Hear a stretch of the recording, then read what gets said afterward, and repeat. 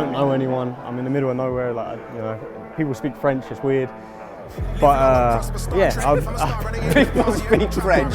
It's weird. No. That's because there's French people there, Arnold. That's why they speak French.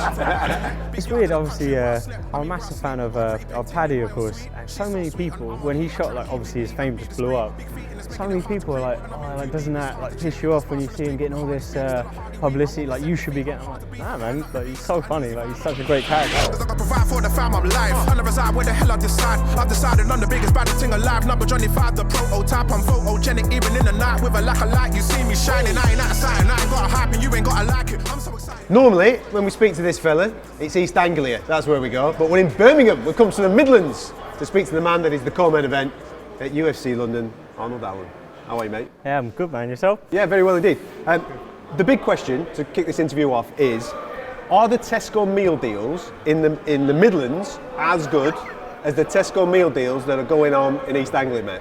I'll be honest, I haven't been stopping to try them, to be honest. I've been camped the whole time, so I've had to like abstain from the meal deals. Yeah. You know, it's athlete fuel, but I've had to lay off them. Well, I'm glad you said that, because we've obviously just watched you train there, right?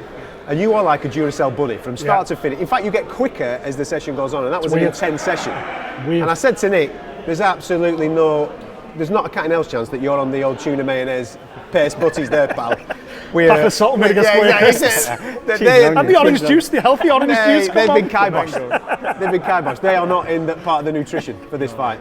No, it's like a pre-camp thing, you know. Ease into the camp with the meal deals and then phase them out and then get the proper stuff in, unfortunately. No boost bars.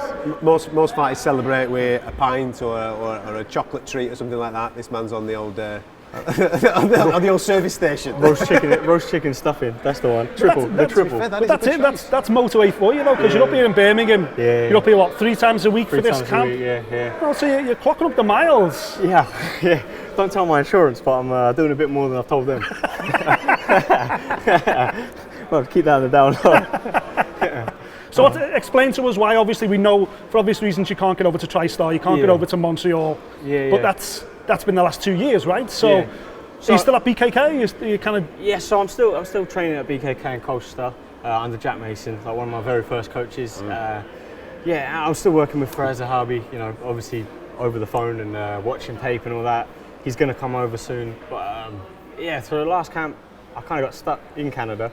So I ended up just staying there. I had to extend my visa and stay longer. But the gyms are all shut now over there, so for now I can't go over there. But it's kind of been a blessing in a way with everything in England opening up and training at Renegade with the top guys here. You know, obviously you've seen around who's here on the mats. And it's great to get a different look in with these guys here. Still working with Fraz, still working with the top guys, but I'm uncomfortable in this sort of, you know, I don't know everyone. I haven't sparred a million rounds of everyone, so it's a fresh look, and it's really kicks me out the arse to sort of turn up to sparring and sort of I can't slack. I have to really turn up sharp and sort of bring my A game. Yeah. Got cotton mouth after sparring. Mate, I tell you what, it's some mat though. You know, I know there is no such thing as like a UK top team or whatever, but what I like about, obviously it's perfectly placed in the Midlands, but there's such a revolving door here that there just seems to be more and more people gravitating towards, even if it's just a couple of days a week, spending time at Renegade. The way they work is fantastic. Obviously Joby running the sparring today, he's got such a good philosophy on martial arts. You know, no one's here trying to prove a point and take everyone's head off. We're all trying to be the best in the world, so when you get everyone working together like that, it's fantastic. You know, we're not trying to one-up each other in the gym, we're all trying to get better on the world stage. You know? I think you've actually come to this gym, mate. Obviously Leon's in this gym, right? And I reckon you two could have probably the most frustrating couple of years in the UFC between you, couldn't you? You know, I mean, fights that have been cancelled, obviously with the pandemic hitting, everybody's been inactive. But you two more so have probably been hit more than anybody. Both 10-0. Currently 10-0, 10 fight unbeaten runs. That's funny. Yeah, I know a couple of people were like, you know, you see people on social media saying things, so they were saying like comparing me to the new version. I'm like, I'm plenty happy to be compared with that. You know, like, I'm fine with that. The guy's fighting for a world title soon, so you know, if that's what you want to compare me to, then don't use it as an insult. You know? That's a compliment to me. So yeah, definitely. It's great to be in that company as well. Obviously, you got Jay Herbert here as well. Like Tom Breeze, a million other guys. Too many people to say. So Have you found that last 2 years? Because phenomenal run, pandemic hits. Yeah. And what is it? We've had one per year during the pandemic. Yeah. Obviously, fights that have been booked, fights have fallen off. You injured your hand as well during that period. Must have been a really frustrating time because you're on the cusp of something really, really special, as we're going to find out at UFC London. Yeah. You know what? It's kind of like the story of my UFC career. I've been like so inactive, stupid injuries, things not falling into place for me. Actually, I fought Nick Lentz in. Was that 2020? Okay, I don't know. Yeah, but I think just before. March was it? No, it was January 25th. That's just right, before. Because you weren't on the London card. That's right. I bust my hand in that fight as well, the same hand. And then I was trying to get on the London card that got cancelled. I think it was Edwards Woodley, and I was still sidelined for that. And then everything shut down, and I was still trying to get a fight. Then I think Stevens got injured. We were supposed to fight Stevens. The other fights fell through. Then eventually we got the Sadiq fight. Great fight, great performance, man. Won that fight over really top talent, like really rating myself, and busted my hand again. So then some great offers come through after. There were some main event offers in the US, but then I can't take those main event offers with one hand, and that's the heartbreaking thing. That was the most frustrating part. You know, before having those offers, it wasn't so frustrating. It's like, okay, we just have to wait for this to heal. But then when you get those offers and you can't take it, I'm sitting there looking at it thinking like, but what do I do? You know. But yeah, so hand's feeling good though, so that's one. Well, that's the most important thing, of course, yeah. And now, the offer has come in. Yes. Yeah. Co-main event, UFC London. We've been away for best part of 3 years now. Yeah. I fought in the last one as well, didn't I? Yeah. Jeez. Tickets first went on sale this morning, and it's mental, by the way. You haven't checked social media? No. It's mental. Really? The fight for tickets already, so it's going to be some occasion. Yeah, I've had so many people asking for tickets, like. I'd be rich if I was selling them, to be fair, but yeah, no, I ain't got no tickets. So you obviously got offered, you said there you got offered a couple of main events in the US. Yeah. No doubt good names in the featherweight division. I guarantee none of those names were Dan Hooker. No. But obviously now coming into London, could you have picked a better name than Dan Hooker? Because I know he's from the weight division above, but the guy's just been in there with the, most people would argue the future UFC lightweight champion. That's it, and you look at his resume, like who he's fought and the guys he's beat, not just the guys he's fought, the guys he's beat in good fashion. This does a world of good for me. Like if I get a win over Dan Hooker, I mean, I don't see them putting me behind. I'm going to be fighting guys top 5 now. A good win here, I'll be talking title stuff, I'm for sure, like eliminator at least, for sure. So. Yeah, it's a perfect opportunity. Dan's, we were laughing about it on our podcast, and we were saying, Dan's moving down thinking, I'll be the biggest, stronger guy at featherweight. But I'd argue you're probably the strongest featherweight in that division. When it comes to, you may not be the biggest guy, but I tell you what, when it comes to raw strength, it's genetic with you. Yeah, well, I don't know about genetic. My dad, I blame my dad. I don't know if it's his genetics or something else he had, but yeah.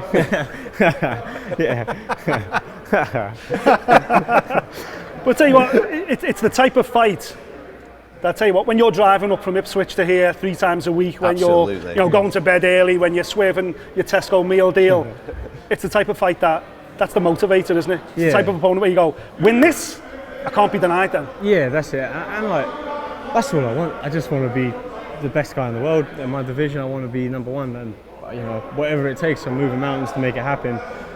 Before the lockdowns, I've moved to a place I have no friends, and it's minus 30. I don't know anyone. I'm in the middle of nowhere. Like people speak French. It's weird. But people speak French. It's weird. No, that's because there's French people there, Arnold. That's why they speak French. But yeah, like whatever it takes to be the best is, I think I'm doing the right thing and working with, coming to these guys and being somewhere where I'm not comfortable, being somewhere where I'm losing rounds and I'm not super confident, like, I'm going to win that round, or like, I'll do good in that round. I've got rounds where I'm like, oh, fucking hell, this guy's good. So yeah, that's where you want to be. That's what you need.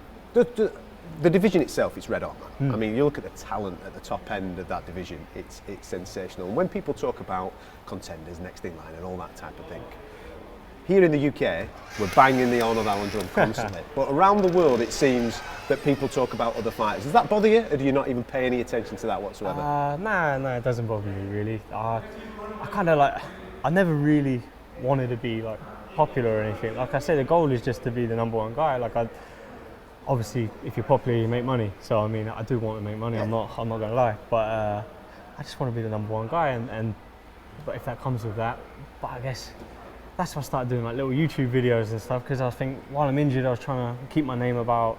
I'm not the kind of guy that's going to talk crap on the rest of the division and say, oh, I'm going to knock him out, this guy sucks, but it's just not me.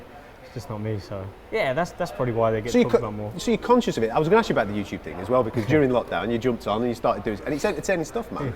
And we see it a lot with other athletes that are setting up media channels and various things like that in order to resonate more, show that personality off. Because we've met you many times and we're like going, this dude needs to do more stuff because you do have a personality of which a lot of fans would resonate towards. Yeah.